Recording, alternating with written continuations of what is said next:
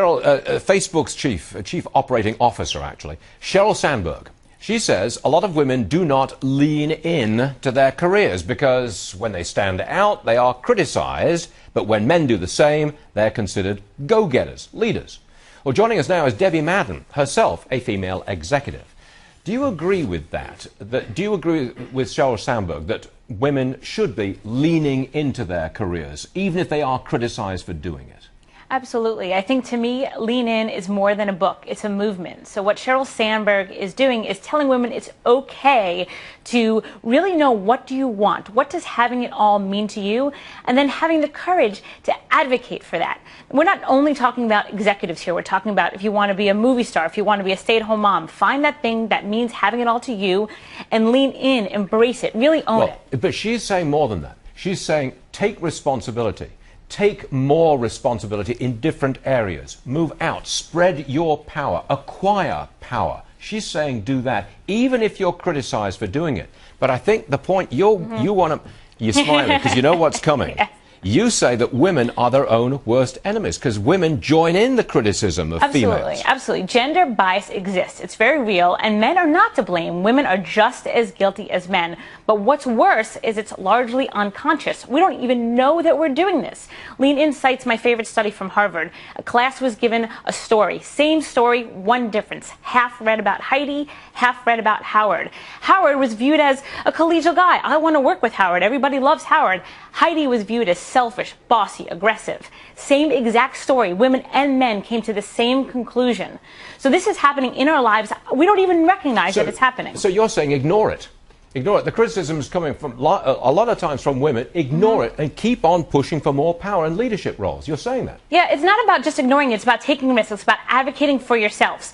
Women, just on a regular day, we will take less risks than men. But it's made worse because when we're in stressful situations, we actually decrease the amount of risks we take, whereas men increase the amount of risks they take when they're in risky situations. And we have the data to prove it all over the workforce. You know, a lot of people are saying, no, it's kind of late when after a woman is an adult. In other words, this kind of stuff has to begin much earlier. I mean, how far do you go to change this around? Do girls have to play with G.I. Joes? I mean, how do you change that mindset from early on? I have two children in grade school, kind of stuff around the world. And yeah, you know, one of the best things that I love about the public school system that my children are in is they really do a very good job at gender equality. And I do think it's about, this is not just a problem for women to solve. And it's not just a problem for adults to solve. This is global, this is young, this is old. I read a Harvard Business Review article yesterday that was so powerful. It said, this is a problem and opportunity for everybody. We needed white people to fight for civil rights. We needed straight people to fight for gay rights. And now we need men to fight for women's rights. And that, to me, says it all. But you've not answered his question. You've not. That, look, young girls, women are portrayed as caring and loving. Yeah. And what's the other word? I mean... nurturing. Thank you. Nurturing. Right. Yeah. Men are considered aggressive and get-up-and-go types. Right, and little girls are often told, you know, to lay back if they come across as bossy, let's say on the playground or in school or something like that. Am I breaking all the rules by saying that's the way the two sexes are? Women are loving, caring, and nurturing, and men are more aggressive go-getters. I mean, am I allowed to say that? Of course.